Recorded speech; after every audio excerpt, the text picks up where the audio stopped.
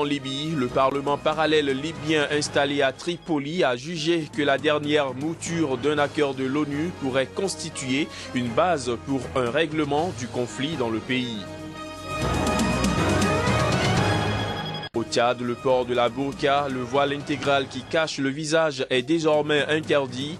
Ainsi en ont décidé les autorités du pays après le double attentat suicide survenu lundi à N'Djamena. Au Togo, des informations actualisées sur la démographie et l'état de la santé des populations sont désormais rendues disponibles par l'Institut national de la statistique et des études économiques. Bonjour à tous et bienvenue dans cette édition sur SICA. En Libye, le Parlement parallèle installé à Tripoli a jugé que la dernière mouture d'un accord de l'ONU pourrait constituer une base pour un règlement du conflit dans le pays. En proie au chaos depuis la chute du régime de Mouammar Kadhafi en 2011, la Libye compte deux gouvernements et parlements qui se disputent le pouvoir, l'un dans la capitale Tripoli sous la coupe des milices de Fajr Libya et l'autre à Tobrouk, reconnu par la communauté internationale. Dans un communiqué publié mardi soir, le Congrès général national, le Parlement rebelle de Tripoli, soutenu par les milices de Fajr Libya, a jugé positives les propositions contenues dans le nouveau projet d'accord présenté par l'émissaire de l'ONU, Bernardino León. Ces propositions pourraient constituer la base d'une solution politique, a-t-il mentionné, tout en estimant nécessaire d'y apporter des modifications.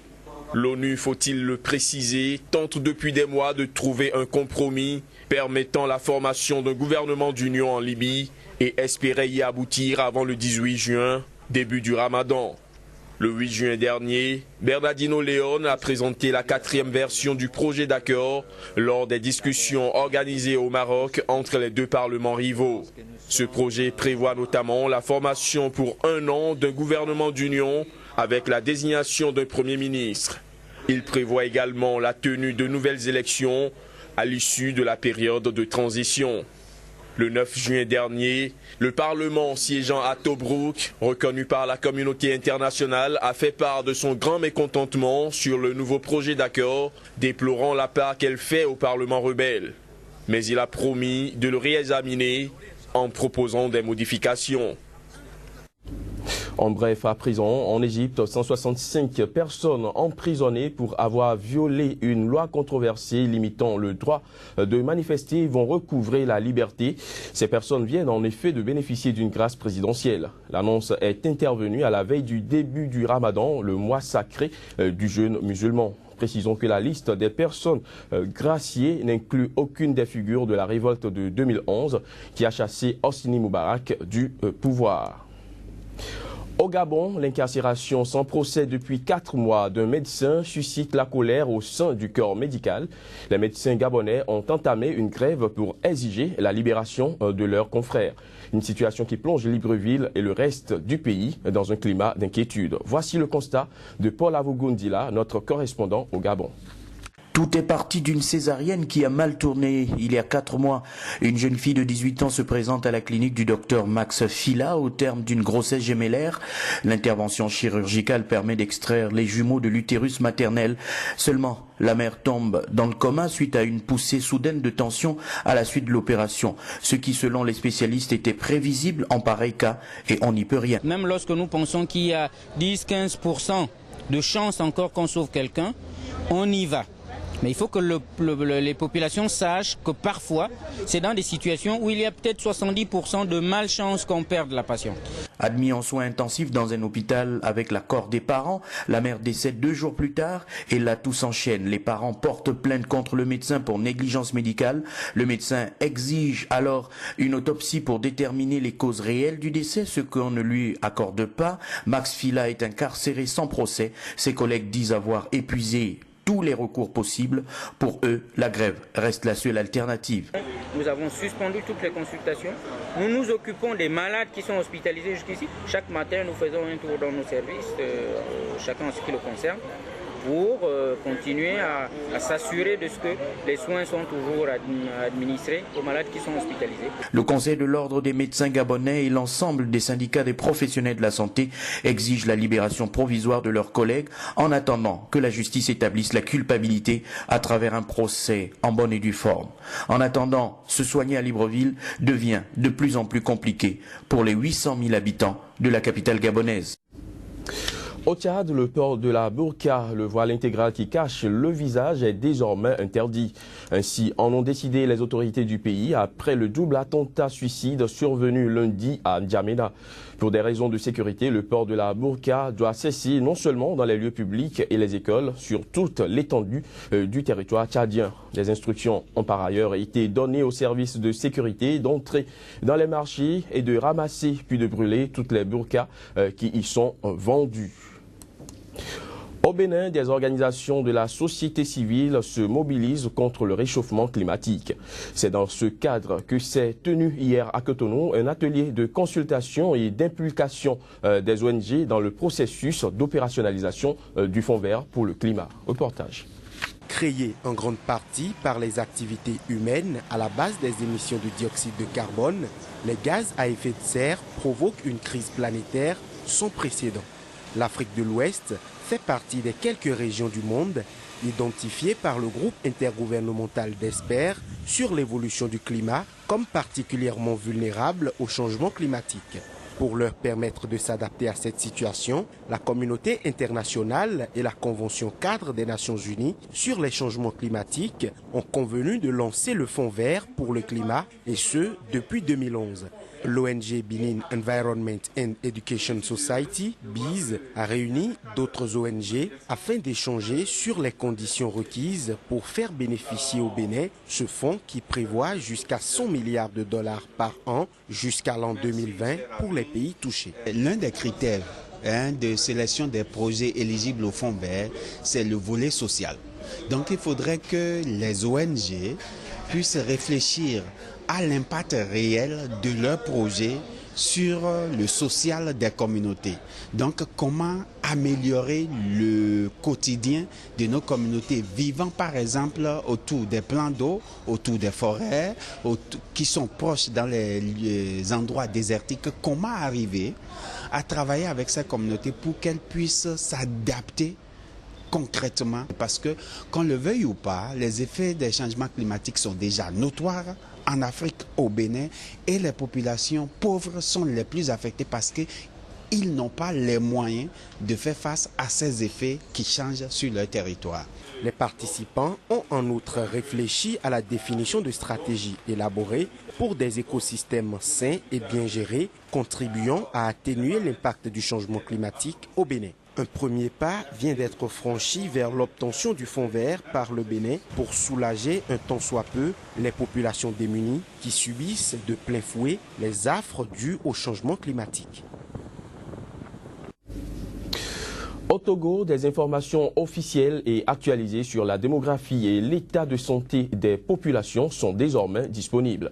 Elles ont été rendues publiques par l'Institut national de la statistique et des études économiques et démographiques suite à la 3e enquête démographique et de santé. Plus de précisions avec Ferdinand Gadé. Le système des enquêtes démographiques et de santé est conçu pour fournir des indicateurs de nature à pouvoir donner l'état et à influencer les paramètres démographiques et de santé. La précédente a été réalisée en 1998, il y a déjà longtemps, où il faut évaluer l'atteinte des objectifs de développement et d'autres cadres de développement. Donc c'est dans ce contexte que cette enquête se situe. Grâce à cette enquête, des informations officielles et actualisées sur la fécondité, l'activité sexuelle, l'utilisation des méthodes de planification familiale, les attitudes vis-à-vis des infections sexuellement transmissibles et autres domaines existent désormais en République togolaise. Il y a un certain nombre d'éléments qui ont été jugés extrêmement positifs. En particulier, le taux de prévalence du VIH-Sida qui est de 2,5%. Des efforts doivent continuer puisque notre objectif c'est 0%. Mais il y a également sur le taux de scolarisation primaire un résultat positif, c'est la parité qui est presque réalisée à près de 100% entre les filles et les garçons, même si ce taux tombe à 77% pour le secondaire. Il y a un autre élément qui mérite d'être signalé, c'est la baisse du tiers de la mortalité infantile dans notre pays sur la période 2010-2013. Il a fallu 6 mois à l'Institut national de la statistique et des études économiques et démographiques pour parvenir au résultat de cette 3e enquête démographique et de santé en République du Togo. Plus d'une centaine de migrants originaires d'Afrique sont encore massés dans une gare en Italie dans l'espoir de pouvoir passer en France. Ils seraient de plus en plus nombreux à recevoir des repas de la Croix-Rouge italienne. Pendant ce temps, le ministre allemand des Affaires étrangères soutient que l'Union européenne était encore loin d'un accord sur la prise en charge des migrants. Les détails. Ils communiquent avec les proches, se partagent quelques repas en attendant de regagner l'autre côté de la France afin de poursuivre leur marche vers l'Europe de l'Est. Cet espace entre l'Italie et la France n'est qu'un point de passage pour ces nombreux hommes et femmes en provenance de la Méditerranée. En activant un mécanisme d'urgence adopté en 2001, la Commission européenne veut imposer aux États de se partager la prise en charge de 40 000 demandeurs d'asile originaires de Syrie et d'Érythrée, arrivés en Italie et en Grèce depuis le 15 avril. Ils attendent que la France les autorise à passer. Ils veulent passer en France, ils ne veulent pas rester en France, ils veulent aller dans le nord de l'Europe. Cette relocalisation doit aider ces deux pays à faire face à un afflux sans précédent en Méditerranée, du fait notamment de l'instabilité en Libye. Toutes mes discussions avec mes collègues européens montrent que nous sommes encore loin d'un accord, qu'il y aura un travail de persuasion à réaliser. L'Italie et l'Allemagne estiment en tout cas que nous devons arriver à réaliser une répartition équitable au sein de l'Europe. De notre point de vue, la meilleure solution serait de mettre en place des quotas pour les pays européens.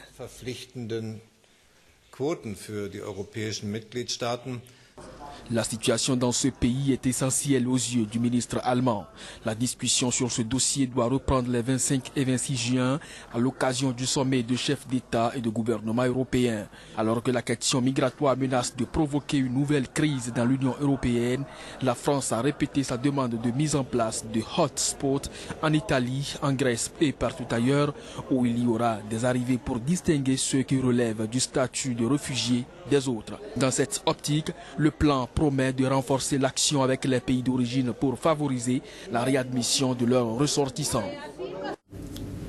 Et pendant ce temps, en France, le gouvernement va créer 4000 places d'hébergement supplémentaires pour les demandeurs d'asile d'ici 2016. C'est une annonce faite mercredi par le ministre français de l'Intérieur, Bernard Cazeneuve, dans le cadre d'un plan sur la prise en charge des migrants en France, visant aussi à lutter contre l'immigration irrégulière. Voici un extrait de ses propos.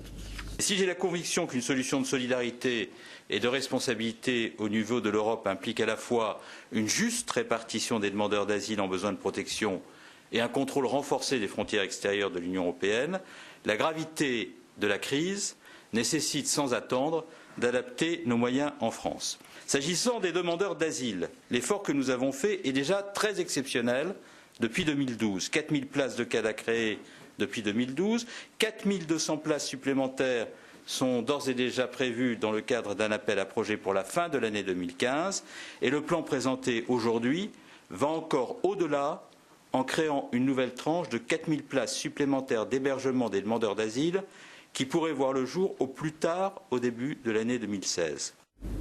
Voilà qui vient mettre un terme à cette édition, mesdames, messieurs. Merci de nous avoir suivis.